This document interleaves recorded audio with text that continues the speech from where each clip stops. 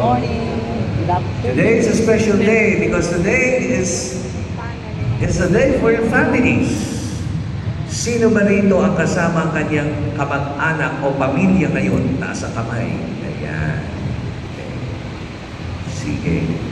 Okay. So, ito po ay we're celebrating the feast of the Holy Family. Okay. I'm so sorry for those who have heard me this morning. It might sound repetitious, but you can sleep. Huwag na kayo mahuhuli sa akin. Amen po. Amen. So, let me start with a story. May nag-usap po na mag-ina. Ang sabi ng nanay sa kanyang anak, "Ano mo ba na yung tiyahin mo, kapatid ng tatay mo, namatay na?"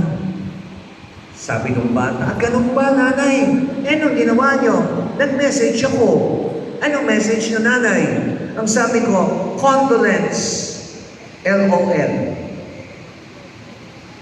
Biglang nanay, natigilan yung bata, sabi, "Condolence." LOL. Laugh out loud. "Nanay, ano ba ibig sabihin ng LOL?" Bakit? Ano ba ibig sabihin ng LOL? Laugh out Ang loud. ibig sabihin ng LOL, nanay, laugh out loud. Nanay, namatayan na, pinagtawanan mo pa.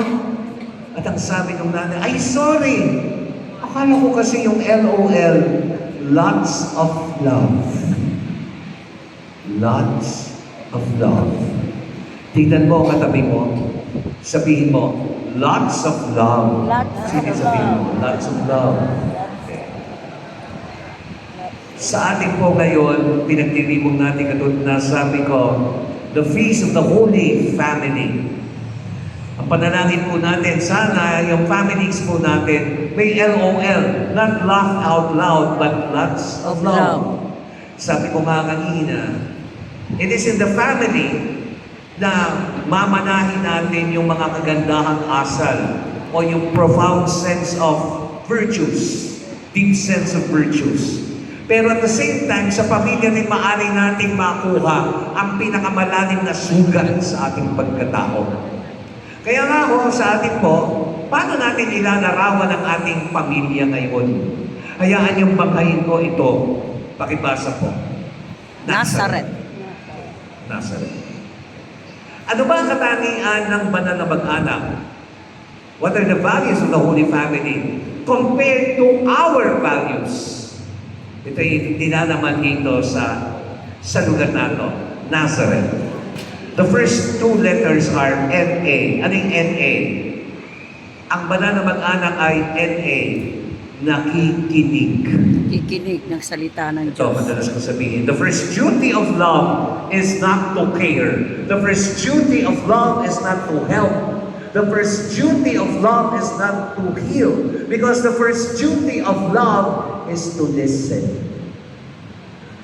Si Maria at si Jose, alam naman po natin, nung nakarang simbang gabi, mga pagbasa, palaging nakikinig.